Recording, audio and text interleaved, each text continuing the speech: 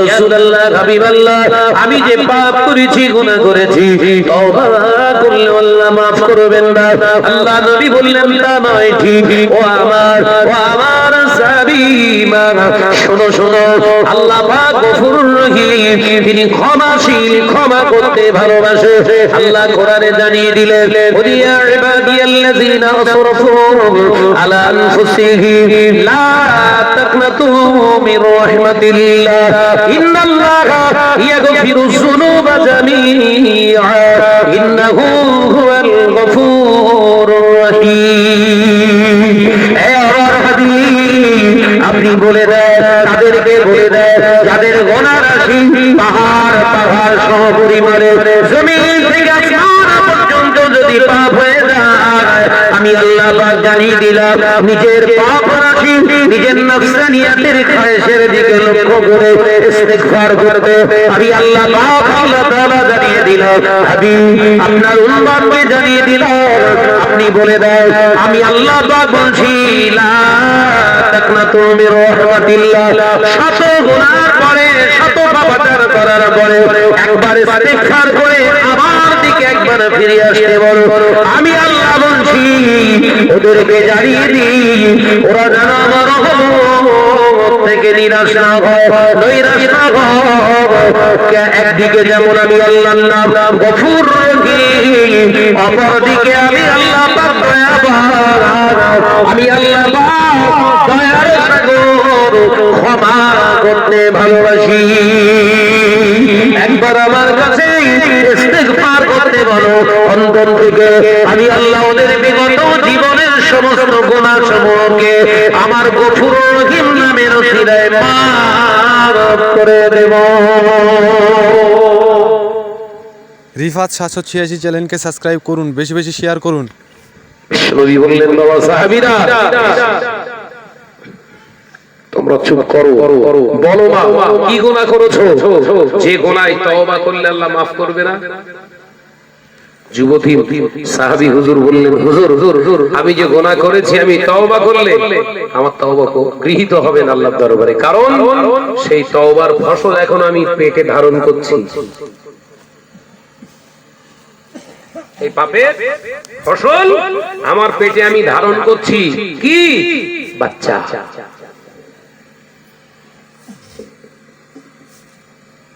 তার মানে অবৈধ, যেটাকে অবৈধ সন্তান বলে, জিনা করার কারণে, একজন পুরুষের সঙ্গে সম্মিলিত হওয়ার কারণে, মেলামেশা করার কারণে আমার ঔরসে আর বাচ্চা আছে। ইয়া রাসূলুল্লাহ হাবিবাল্লাহ, আমি চাই জাহান্নাম থেকে আমি বাঁচতে দুনিয়ার স্বাদ আমি চেখে নিয়েছি। এই দুনিয়া হলো ধোঁকা প্রবঞ্চনায় পরিকর পরিবদ্ধ। এই জাতি আজকে এই ধোঁকার ভিতরেই চলছে। এই কথা বলছেন না কেন? আমি চাই এই ধোঁকা প্রবঞ্চনা থেকে বাঁচতে। এই দুনিয়া আমার শেষ হয়ে গেছে, এই দুনিয়ার প্রতি আমার আর কোনো মায়া নেই। ইয়া রাসূলুল্লাহ হাবিবাল্লাহ, আমি চাই আখিরাতে জিন্দেগিটা যেন না শেষ হয়ে যায়। এই সামান্য দুনিয়ার মজা চাকতে গিয়ে আমার আখিরাতটা আমি শেষ করে ফেলেছি।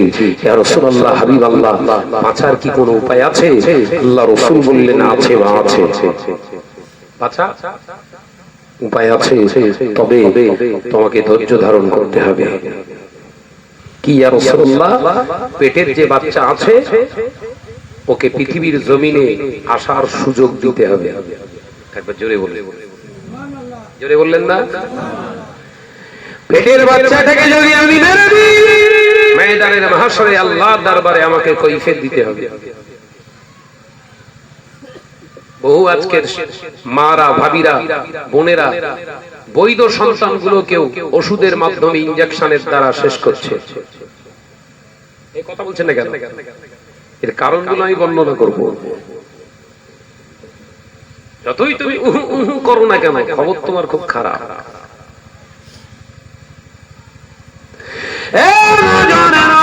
যুবকেরা, ছেলেরা, বাচ্চারা, রানীগাছির মুসলমানেরা, মুসলমানেরা, পর্দানিশিনা মা বোনেরা, ভালো করে বলো। আল্লাহ নবী বললেন, যা যদি সত্যি সত্যি শাস্তিটা তুমি নিতে চাও, কোরআনের বিধান হলো যদি কেউ জিনা ব্যভিচার করে, ওই জিনা করে শাস্তি হলো গলা পর্যন্ত ওর কপ আপনার মাটির ভিতরে ঢুকিয়ে দিয়ে মাথা লক্ষ্য করে পাথর মেরে মেরে তাকে হত্যা করতে হবে। পুরুষ যদি ওটা করে, ওই জিনাখোর পুরুষকে পাথর মেরে মেরে দুনিয়া থেকে তুলে দিতে হবে। ও জানজার ওই পেটের সন্তান তো কোনো অপরাধ করে না, অপরাধ করেছেন আপনি। আপনার পেটের সন্তানকে যদি আমি জানে মেরে দিই, কিয়ামতের দিন আমি রাসূলুল্লাহ জবাব দিতে পারবো না। হক নষ্ট করার জন্য আমি নবী দুনিয়ায় আসিনি, আমি নবী এসেছি দুনিয়ার মানুষের হক আদায় করতে।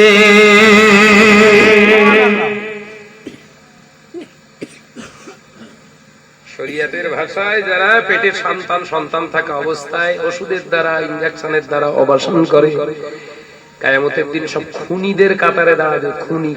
খুনি বোঝেন?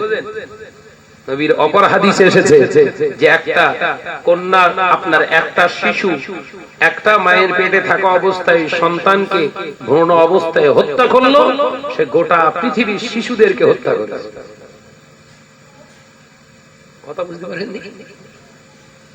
যে একটা পেটের সন্তানকে হত্যা করেছে, সে গোটা পৃথিবীর বাচ্চাদেরকে হত্যা করেছে। কিয়ামতের দিন খুনিদের কাতারে ওকে দাঁড় করানো হবে।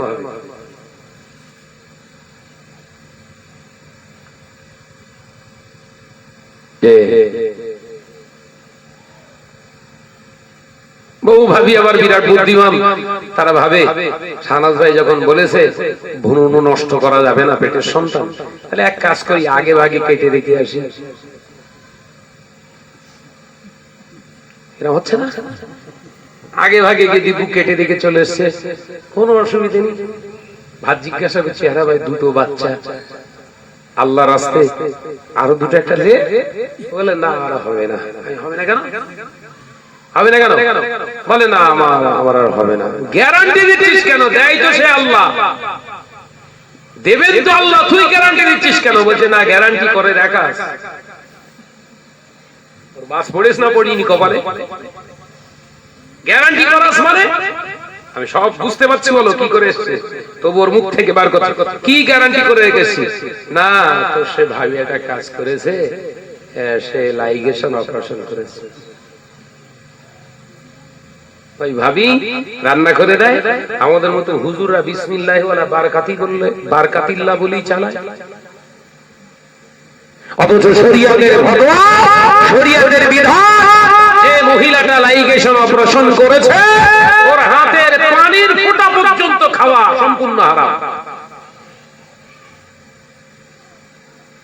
আমরা দিব্য এসে ভাবি রান্না দেখে আরো প্রশংসা করছি, গোশ আজকে মাস্ত হয়েছে। ভাইকে বললুম রান্না করেছ কে? খাচ্ছি আর বলছি রান্না করেছ কে? আপনার ভাবি রান্না করেছে। হেভি রান্না করতে পারে তো ভাবি। ব্যাস সামনে একটুখানি ফুলিয়ে দিয়েছি, ভাই লাভ মেরে গিয়ে রান্নাঘরে বলছে আর এক বাটি দাও। কেন? তোমার বিরাট প্রশংসা করতে। আর এক বাটি আনলো তো আমিও জন্মের খাওয়া খেয়ে নিলাম। এরকম খাওয়ার 5 বছর খাওয়ার পরে ডাক্তারে পরীক্ষা করে দেখে, বলছে সুগার। কথা বুঝতে পারতেছেন না নাকি? অপারেশন শুধু ভাবিনি, আল্লাহ তোমারও 5 বছরের জন্মের খাওয়ান খেয়েছো, তোমার আল্লাহ অপারেশন দেয়া শুরু করেছে। এইবার মাল এসতেছে সামনে, আর খাওয়ার মতো কোনো জায়গা নেই। অসুবিধা হচ্ছে বাপ? বোঝার কথাগুলো বলছি, বোঝো। আজ থেকে 40 বছর আগে, 45 বছর আগে এলাকার মানুষের অভাব ছিল।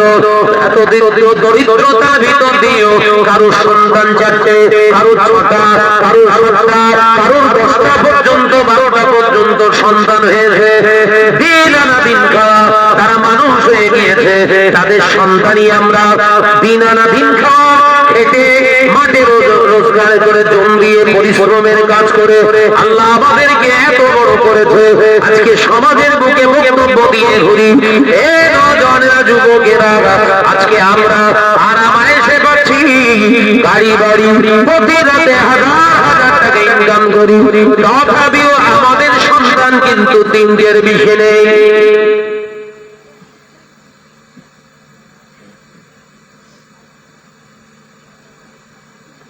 আল্লাহ তোমাদের অভাব রাখিনি তো।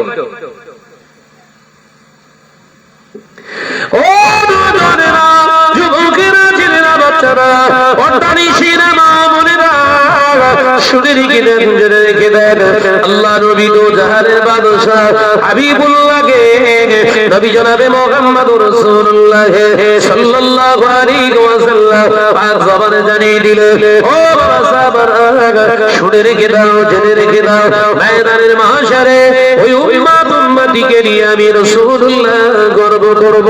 আল্লাহর দরবারে, আল্লাহর দরবারে আমি মাথা উঁচু করে কথা বলবো। আল্লাহ দেখে দেখে আমার উম্মতিরা কি করে আমার উম্মতের সংখ্যা বাড়িয়েছে। ও রব্বুল আলামিন, আল্লাহ আমার এই উম্মতকে ক্ষমা করে দিন। ও নওজওয়ানেরা, যুবকেরা, কিতাবের ভিতরে বর্ণিত হয়েছে আল্লাহ যার যতটা সন্তান দেয়, যত বেশি সন্তান দান করে, আমার আল্লাহ তার বাড়ির দরিদ্রটাকে দূর করার জন্য পাঠায়। সন্তান বেশি হওয়া মানে দরিদ্র আসা নয়, শরীয়তের পরিভাষায় সন্তান যত বেশি আপনার সংসারে আল্লাহ পাঠিয়েছে, জানবে আল্লাহ আপনার অভাব অভিযোগকে দূর করার জন্য বরকত নাযিল করেছে।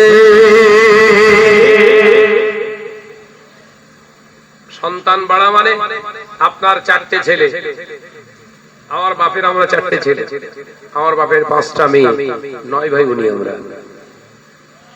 আমরা যখন মানুষ হচ্ছি ওই ফ্যানে ভাত বলে তো, ভাত আর উবুড় করে না, মানে ভাত আর সরায় না, ফ্যান সরায় না, ওই ফ্যান সহ ভাত খেয়ে আমরা মানুষ বলো। ও বয়োজ্যেষ্ঠরা ভুট্টা বাজরা এসব খেয়েছে, কিন্তু তারপরেও আমাদের মানুষ করেছে আমাদের আব্বাজানেরা ফ্যানে ভাতে। আটা কিনে এনে খামির করছে। মা জিজ্ঞাসা করছে, এই 700 গ্রাম আটায় এই 7 জন, আর আমরা 2 জন, 9 জন বাচ্চা সহ আমরা এই 9 জন কি করে খাবো? আব্বা বলছে, এক কাজ করো না, ও রুটি করার দরকার নেই। আমার নিজে চোখে বলছি, আমি দেখেছি, রুটি করার দরকার নেই। কি করবে? নাই খামির করে, খামিরটা পাতলা করে ওই সেই সেকা পিঠা না কি বলে, ধাবড়া পিঠে না কি বলে, ওই সেই চাটুয়ের উপরে, গরম চাটুর উপরে ওই খামির দিয়ে ওই চাই মতো সেই ঘুটে গোবরের চাবড়া মারার মতো সেই চাবড়া মারতে 1 পিস করে দিলে ওই খেয়ে পানি খেয়ে আলহামদুলিল্লাহ। কয় ভাই বোনি? 9 ভাই বোনি। আমরা বড় হয়েছি, আমরা ভাইয়েরা বড় হয়েছি। আমাদের ঘর ছিল মাটি, আব্বা চলে গেছে, নিজে চোখে দেখে গেছে সন্তানরা, আল্লাহ পাক সন্তানদের বরকত স্বরূপ পাঠিয়েছে, আব্বা দেখে গেছে। এখন আমাদের ঘর 2 তলা। যে বাবা মা সাইকেল চেপে ঘুরতেন, তার বেটা এখন 4 চাকা চেপে ঘুরে। কারো ছিলায় বোঝাতে পারলাম না। আল্লাহর উপরে তাওয়াক্কাল করা বান্দার কর্ম ফলের ওসিলা। একবার জোরে বলে, একবার জোরে হবে না? বান্দার কর্মের ফল। আল্লাহর উপরে তাওয়াক্কাল করে সন্তান দুনিয়ার জমিনে এনেছে। আর আমার ভাবি 2টো, একটা ছেলে একটা মেয়ে। কথা বুঝতে পারছেন না? ভাই একটা ছেলে একটা মেয়ে, একটা ছেলে একটা মেয়ে। হঠাৎ করে গাড়ি নিয়ে স্কুল থেকে ফেরার সময় রাস্তায় অ্যাক্সিডেন্ট করে ভাইফোঁটা মরে গেল। ভাবি কেঁদে কেঁদে পাগল হয়ে গেল, কারণ ওর পাশে দাঁড়ানোর মতো আর কেউ নিত। কিন্তু আমরা 4 ভাইয়ের ভিতরে যদি একটা চলে যায়, মা বুঝ দেওয়ার মতো আছে না? নেই।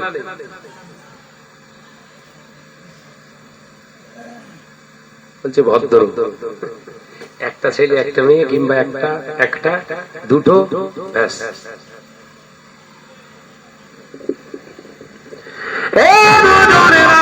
যুবকেরা, দিছি না মা বোনেরা, শুনে রেখে দিন, জেনে রেখে দিন, যে নারীগুলো লাইগেশন প্রসার করে, ওই লাইগেশন প্রসার করলে বালা মেয়েরা, ওই নারীটা যদি শুনতে পায় ওর মা মরণাপন্ন অবস্থায় পড়ে রয়েছে, অসুস্থ অবস্থায় আছে, ওর বাপ অসুস্থ অবস্থায় আছে, এই লাইগেশন অপারেশন করণে বলা নারীগুলো যদি সংবাদ পেয়ে ছুটে গিয়ে অসুস্থ বাপের মুখে যদি পানি কিংবা ফল কিংবা মিষ্টি তুলে খাওয়ায়, ওই অবস্থায় খেয়ে যদি ওর বাপ ওই সময় মারা যায়, ওর বাপ হারামখোর অবস্থায় মারা গেছে। লাইগেশন অপারেশন করণে বলা নারীর হাত দিয়ে কোন খেদমত মুসলমান নিতে পারবে না। ও যদি বিনা তওবায় মারা যায়, মুসলমানের কবরস্থানে ওর দাফন করা যাবে না। ও মরে যাবার পরে ওর জন্য দোয়াখানি করা যাবে না। ও পর্দানিশী মা ও বোনেরা, কার দয়াতে নাজাত পাবিব? আমার বলো সব সাবরাথানি করতে বলো, ভেতরে গাল দিচ্ছে। এটা মহাপ্রদেশে দরুদ আল্লাহুম্মা।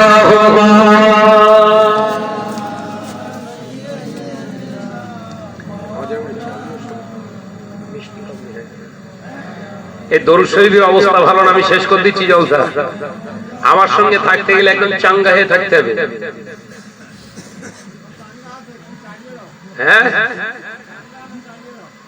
ও দেখে মনে হচ্ছে কেঁচা বালিশ দিলি ভালো হয়।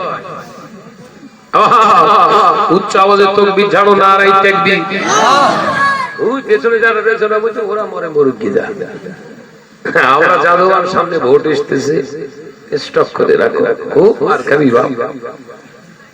আল্লাহর জন্য নাচ ফাটিয়ে ফেলে, নাজাত পেয়ে যাবেন। একবার জোরে বলে।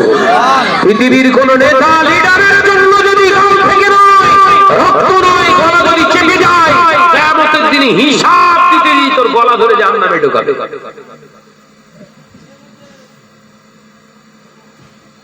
এ গলা কার? হাত দেওয়া। যদি ফাটাতে হয় তার জন্যই ফাটা। তাকবীর দেন, নারায়ে তাকবীর। ওই পেছনে সব চুপ করে, সব বনেছেরা আমি নিচে যাব। তাকবীর দেন, নারায়ে তাকবীর। আরো জোরে হয় না, নারায়ে তাকবীর। সিলসিলা আহমদ মুসাদ্দাদ সালাম, নারায়ে তাকবীর। দরুদ শরীফ আল্লাহুম্মা।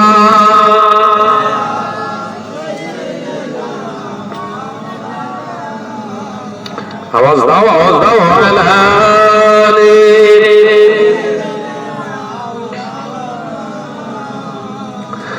আমারে কণ্ঠে তুমি তোমারি বাণী